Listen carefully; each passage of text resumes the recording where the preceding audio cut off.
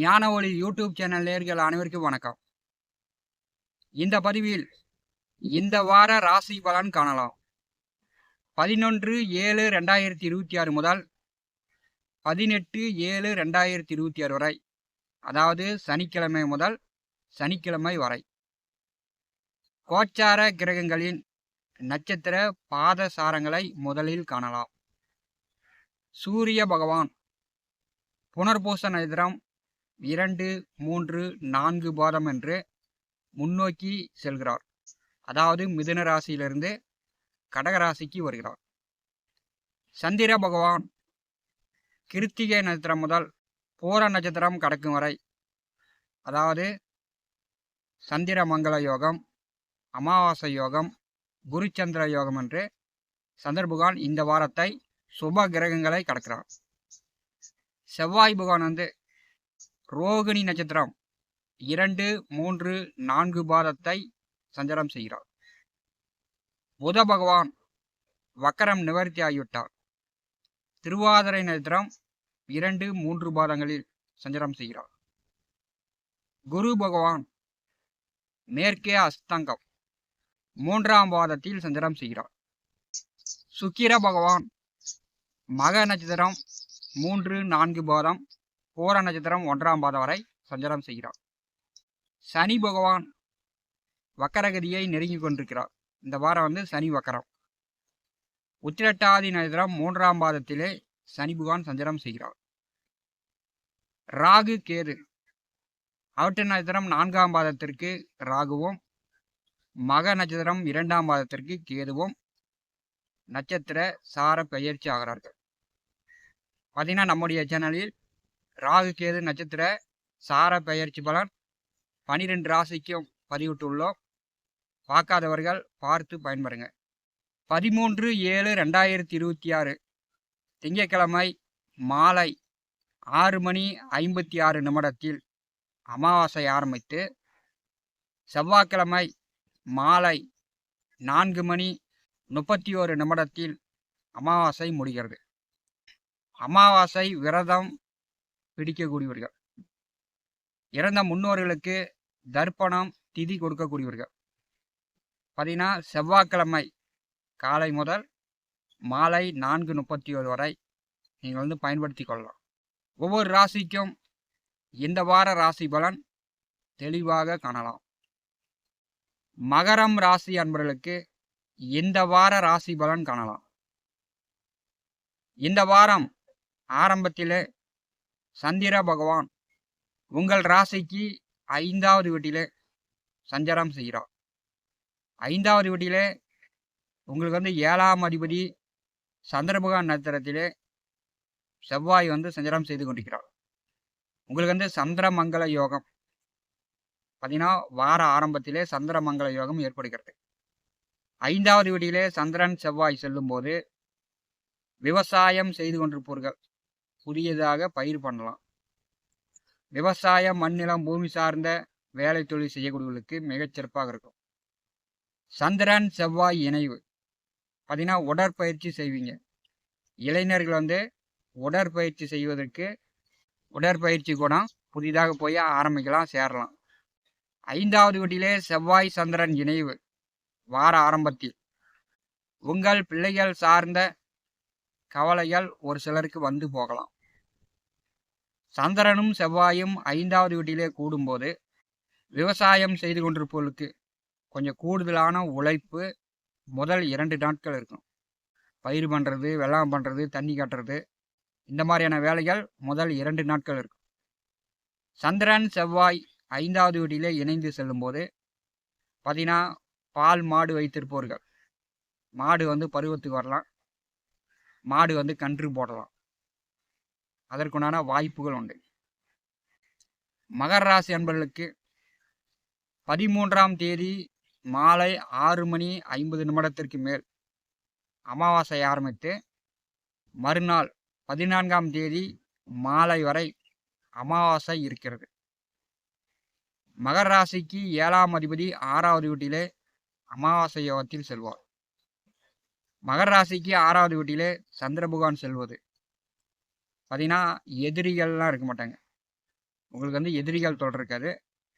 வேலை உத்தியோகம் பார்க்கக்கூடியவர்கள் அந்த நாள் வந்து கோவிலுக்கு போகிறேன், இறந்த முன்னோர்களுக்கு தர்ப்பணம் கொடுக்குறேன் அப்படின்னு ஒரு நாள் உங்கள் வேலையை லீவு போடுற மாதிரி இருக்கும். 6வது வீட்டிலே சந்திர பகவான் செல்லும்போது வேலை இல்லாதவர்கள் வேலை தேடி கொண்டிருப்பவர்கள் அந்த நாள் வந்து வேலை கிடைக்கும். அதாவது 13, 14 தேதிகளில் வேலை இல்லாதவர்களுக்கு வேலை கிடைக்கும். வேலையில் இருப்பவர்கள் ஒரு நாள் லீவு போட்டு மக்கிய நாள் வந்து வேலைக்கு போகிற மாதிரி. வேலையில் இருப்பவர்களுக்கு கூட வேலை பார்க்கக்கூடியவர்களிடம் ஒரு சிலருக்கு கருத்து வேறுபாடு, சண்டை சச்சரவுகள் வருவதற்கு வாய்ப்பு உண்டு. அதனால் வந்து கொஞ்சம் கவனமாக இருக்கணும். திருவாதிரை நட்சத்திரத்திலே புதன் சந்திரன் செல்லும்போது பார்த்தீங்கன்னா அமாவாசை தினங்களில் அமானுஷ்யம் சார்ந்த பிரச்சனைகளும் உங்களுக்கு தொல்லைகளும் ஏற்படலாம். அதாவது பக்கத்தில் இருக்கக்கூடிய எதிரிகள் செய்வன வைக்கிறது, மந்திரம் பண்ணுறது, இந்த மாதிரியான சூழ்ச்சிகளும் மகர ராசி என்பளுக்கு நடக்கும். ஏன்னா உத்திராடம், திருவோணம், அவிட்டம் பெரும்பாலும் பார்த்தீங்கன்னா உங்களுக்கு உங்கள் காட்டை பிடிக்கலாம், உங்களை வந்து ஏமாற்றலாம் அப்படின்னு பக்கத்தில் இருப்பவர்கள் உங்களுக்கு வந்து செய்வன மாந்திரீகம் செய்வார்கள். இது வந்து இயற்கையாகவே மகர ராசி என்பளுக்கு பக்கத்தில் இருப்பவன் வாக்கியா வெட்டுறது, வரப்பை வெட்டுறது, உங்களை வந்து எழுப்பி விடலாம் அப்படின்னு சூழ்ச்சி செய்து கொண்டே இருப்பார்கள். அது வந்து செய்வனை வச்சு தான் மந்திரம் பண்ணி தான் உங்களை வந்து கெடுக்க நினைப்பது. அதனால் வந்து அமாவாசை தினத்தில் நீங்கள் கொஞ்சம் உஷாராக பார்த்துக்கிறது நல்லது. சந்திர பகவான் 7ஆம் இடம் வரும்போது குரு சந்திர யோகம். சந்திர பகவான் ஆட்சி பெற்று குரு வந்து அஸ்தங்கமாக மேற்கே மறைந்திருக்கிறார். அப்போ குரு பகவானுடைய பலனையும் சந்திர பகவான் உங்களுக்கு கொடுப்பார். குழந்தைகள் உடல் ஆரோக்கியம் சார்ந்து பிரச்சனைகள், கவலைகள் தீரும். 7ஆம் வீட்டிற்கு சந்திர பகவான் வரும்போது புதிய துணிமணி எடுக்கலாம், புதிதாக தங்க நகை கூட வாங்கலாம். அதாவது 15, 16 தேதிகளில் நீங்கள் வந்து புதிதாக தங்க நகை கூட வாங்கலாம். புதிதாக 2 வீலரோ 4 வீலரோ வண்டி வாகனங்கள் வாங்கலாம். 7வது வீட்டிற்கு சந்திரன் வரும்போது அங்கே வந்து குரு இருக்கிறார். அப்போ வந்து தங்க நகை எடுக்கிறதுக்கு வாய்ப்பு உண்டு. அல்லது தங்க நகை பேங்கில் அடமானம் வச்சுருந்தீங்கன்னா கடன் கட்டிட்டு அந்த நகையை மீட்டு வாங்கிடலாம். 15, 16 தேதிகளில் நல்ல பண வரவு உண்டு. தாராளமாக கை செலவுக்கு பணம் கிடைக்கும்.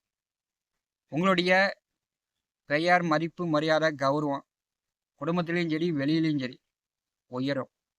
15, 16 தேதிகளில் மகர ராசி என்பளுக்கு பெயர், மதிப்பு, மரியாதையும் உயரும். நல்ல பண வரத்து, தாராளமாக செலவு செய்வீங்க. உங்கள் எதிர்கால முன்னேற்ற தேவைகள் 7வது வீட்டிலே சந்திரன் வரும்போது அந்த 2.25 நாளில் பூர்த்தியாகும். 17, 18 இந்த 2 தினங்கள் உங்களுக்கு வந்து சந்திராஷ்டம தினம். மகர ராசி என்பவர்களுக்கு சந்திராஷ்டம நாள். இந்த நாளில் என்ன பண்ணோம்னா நேரம் தவறி சாப்பிட்ற மாதிரி இருக்கும். காலையில் சாப்பிட்ற சாப்பாடு மத்தியானம், மத்தியானம் சாப்பிட்ற சாப்பாடு இரவு அப்படின்னு நேரம் தவறி சாப்பிட்ற மாதிரி இருக்கும். 17, 18 தேதி இதில் வந்து நேரத்துக்கு நன்றாக சாப்பிடுங்க. அன்றைக்கி வந்து கடுமையாக வேலை இருக்குது அப்படின்னாலும் வேலையை விட்டுட்டு ரெஸ்ட் எடுங்க. உங்களுடைய உடல் ஆரோக்கியத்தில் கவனம் எடுத்துக்கொள்ளுங்கள். சந்திராஷ்டம நாளில் எந்த புதிய முயற்சிகளும் செய்யாமல் இருப்பது நல்லது. பயண போக்குவரத்துலாம் பார்த்துக்கொள்வது நல்லது.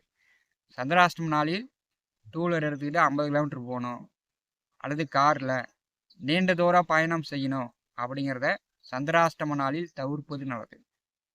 ஏன்னா சந்திராஷ்டம நாளில் தான் விபத்துகள் நடக்கும், உடலில் காயங்கள் ஏற்படும். நல்லா அறிவாற்றலோடு இருந்தாலும் அறிவை இழக்க வைக்கும், மற்றவர்களிடம் அசிங்க அவமானப்பட வைக்கும். மற்றவர்களை வந்து தான் தப்பு செய்யலைனாலும் மற்றவர்களை போய் கெஞ்ச வைக்கும். அதனால் வந்து சந்திராஷ்டம நாளில் மகர ராசி என்பவர்கள் எதிலும் நிதானமாக முன்னெச்சரிக்கையாக இருப்பது நல்லது. சந்திராஷ்டம தின நாளில் 17, 18ஆம் தேதி மகர ராசி என்பவர்கள் எந்த ஒரு புதிய முடிவும் எடுக்காமல் இருப்பது நல்லது. இந்த வாரம் பார்த்தீங்கன்னா சந்திரமங்கல யோகம், அமாவாசை யோகம், குறிச்சந்திர யோகம் என்று சந்திர பகவான் நல்ல நிலையில் செல்லும் போது மகர ராசி என்பளுக்கு வாரம் இறுதி நாட்களில் உங்களுக்கு சந்திராஷ்டமம் தினம். மற்றபடி சனி பகவான் வந்து வக்கரகதியில் செல்லும்போது சனி வக்கர பெயர்ச்சி பலன் நம்முடைய சேனலில் பதிவிட்டுள்ளோம். பார்க்காதவர்கள் பார்த்து தெரிந்து கொள்ளுங்கள். குரு அஸ்தங்க பலன் நம்முடைய சேனலில் பதிவிட்டுள்ளோம். பார்க்காதவர்கள் பார்த்து தெரிந்து கொள்ளுங்கள். ஞான ஒளி யூடியூப் சேனலை பார்த்து கொண்டிருக்கக்கூடிய அன்பர்கள், இதுவரை நம்முடைய சேனலை சப்ஸ்கிரைப் செய்யாத அன்பர்கள் மறக்காமல் நம்முடைய சேனலை சப்ஸ்கிரைப் செய்து கூடவே இருக்கின்ற ஆல் பட்டன் அழுத்திங்க. தினந்தோறும் நம்முடைய சேனலில் ஜோதிட பலன்கள் பதிவிடப்படும். உடனுக்குடன் பார்த்து பயன்பெறுங்கள். நன்றி, வணக்கம்.